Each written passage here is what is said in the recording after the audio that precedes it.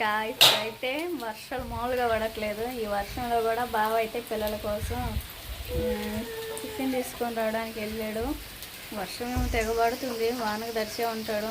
వర్షాలకు తడుస్తుంటే ఏంటంటే ఆటోమేటిక్గా జలుబు జ్వరాలు వచ్చేస్తున్నాయి. ఇంట్లోనే గ్యాస్ సెటప్ మొత్తం అయితే పెట్టేసాను. ఇప్పుడైతే చపాతీల పిండి అయితే కలపబోతున్నాను. ఎందుకంటే పిల్లలు అయితే ఇంకా ఊరికి అన్నం పెట్టాను అని ఏడుస్తూ ఉన్నారు. చపాతీలు అనుకో వేడివేడిగా ఇంక చలికి వేడివేడిగా అప్పటికప్పటికి వేడి చేసేసుకోవటం తింటాం, అలా చేయొచ్చు. అదిగోండి ఫుల్ గాలి తగులుతూ ఉంది. ఆ గాలికి మా గ్రీన్ మ్యాట్ మొత్తం జనిగిపోయింది. అసలుకి కొబ్బరి చెట్టు కింద అంట్లే తోముతున్నా కానీ ఒక మట్ట కొబ్బరికాయలు అలా పడతా ఉన్నాయి. కంట్లు ఏం లేవు. నేను సాయంత్రం తోమేసాను.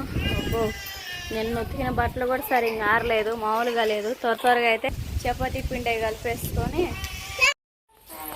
గ్యాస్ అవి మొత్తం ఇంట్లోనే పెట్టేస్తున్నాను.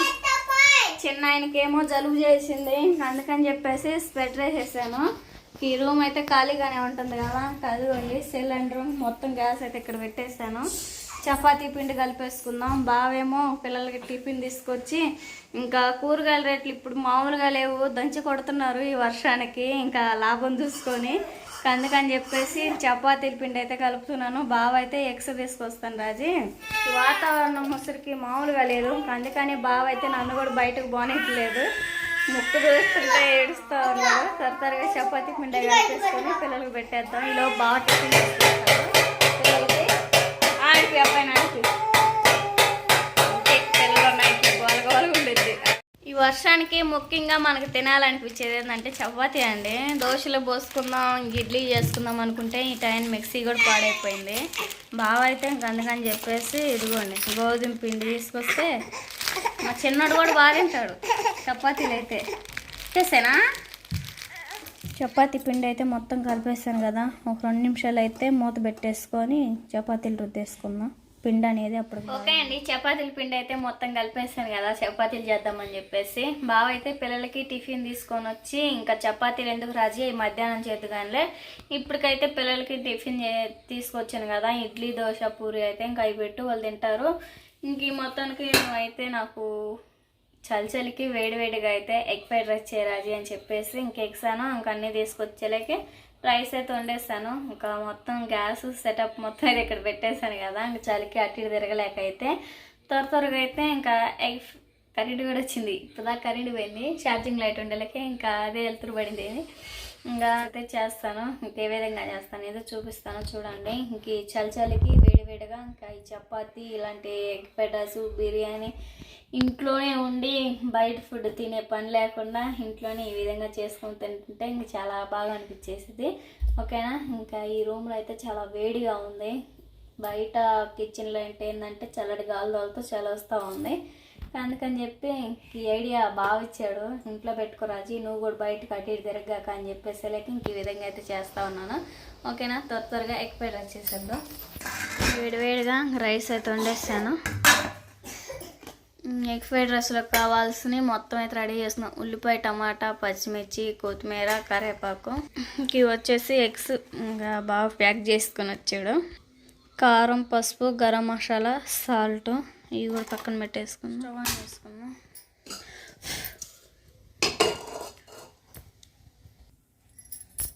ఆయిల్ అయితే పోసేసుకుందాం.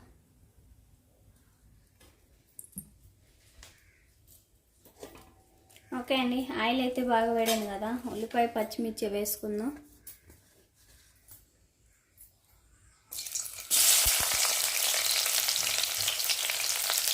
కరెంట్ కూడా పోయింది.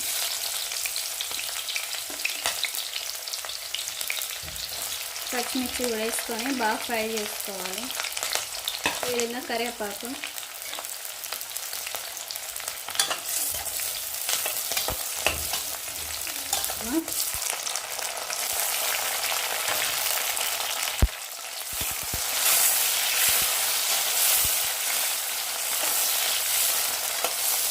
టమాటా కూడా మనకు బాగా మగ్గేంత వరకు 2 నిమిషాల విధంగా ఫ్రై చేసుకోవాలి.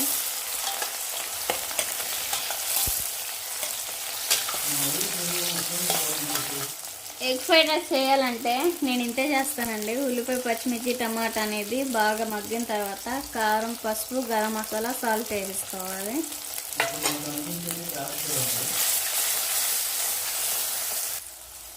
ఆ విధంగా కారం, పసుపు, గరం మసాలా అన్నీ వేసుకున్నాం కదా. ఇప్పుడైతే ఎగ్స్ అనేది పగలగొట్టేసుకోవాలి. కొట్టేసుకొని వేసుకున్నాం.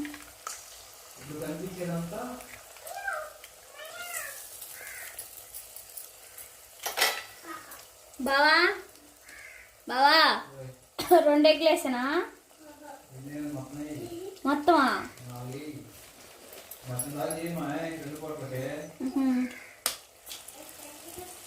ఎగ్ మొత్తం అయితే పగలగొట్టేసుకున్నాం కదా. 2 ఎగ్స్ అయితే ఉంచేస్తాను, ఎందుకంటే చపాతీలు చేస్తున్నాను కదా. ఎగ్ కీమా కర్రీ అనేది చేసుకుందాం అని చెప్పేసి చపాతీలోకి ఈ విధంగా చిన్న చిన్న పీసెస్ కాకుండా కొంచెం పెద్ద పెద్ద పీసెస్ వచ్చే విధంగా ఉంచేసుకొని మొత్తం ఒకసారిగా కలిపేసుకోవాలి.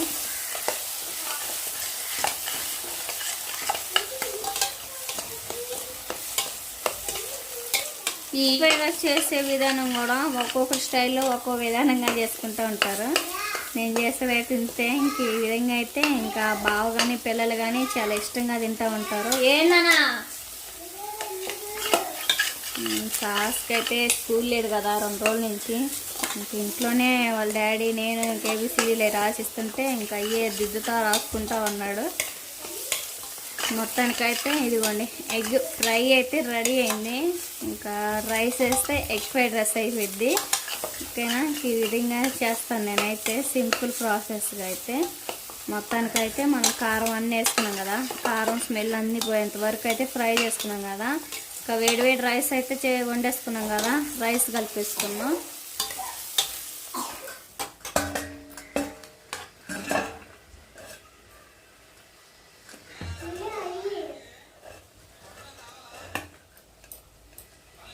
అన్నం అయితే పొగలు లేగుతుంది. ఇప్పుడు వండిన అన్నమే మొత్తం ఆ ప్లేట్ తీసుకొని కలిపేసుకోవచ్చు. మనకి ఎగ్ ఫ్రై కూడా రెడీ అయిపోయింది కదా. ఇవి వండేసుకున్న రైస్ మొత్తం కలిపేసుకున్నాం.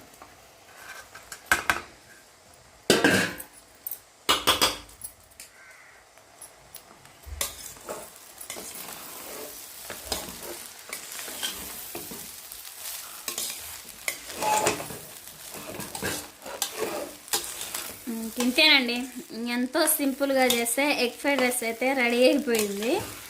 ఇంకా బావ అయితే ఇందులోకి నిమ్మకాయలు కూడా తీసుకొచ్చుకున్నాడు. ఫుల్ ఆకలిగా ఉన్నాడు. ఇంకా వేడివేడిగా సర్వ్ చేసిస్తే చాలా ఇష్టంగా తింటారు, పిల్లలైనా పెద్దవాళ్ళైనా. సరేనా, ఈ విధంగా చేశాను కదా, ఇంకెలా ఉందని చెప్పేసి కామెంట్ చేయండి.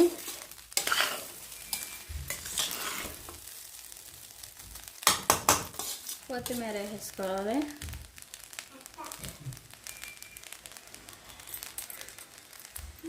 మూత పెట్టేసుకున్నాం.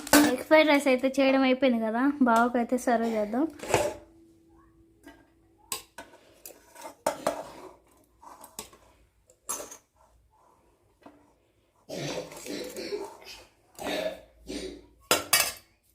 చదువుకోండి, వేడి ఎగ్ ఫ్రైడ్ రైస్, నిమ్మకాయ, అదేవిధంగా ఉల్లిపాయ కూడా పెట్టేసాను. బావకైతే ఇచ్చేసేద్దాం. వాతావరణానికి ఎగ్ ఫ్రైడ్ రైస్ అయితేనే మనకి సూట్ అవుతుంది అన్నమాట, వేడివేడిగా. అందుకని చెప్పేసి రాజకుమారి చాలా బాగా చేసింది. దీంట్లో కొంచెం నిమ్మకాయ పిండుకొని తింటే క్యాక్ ఉంటుంది.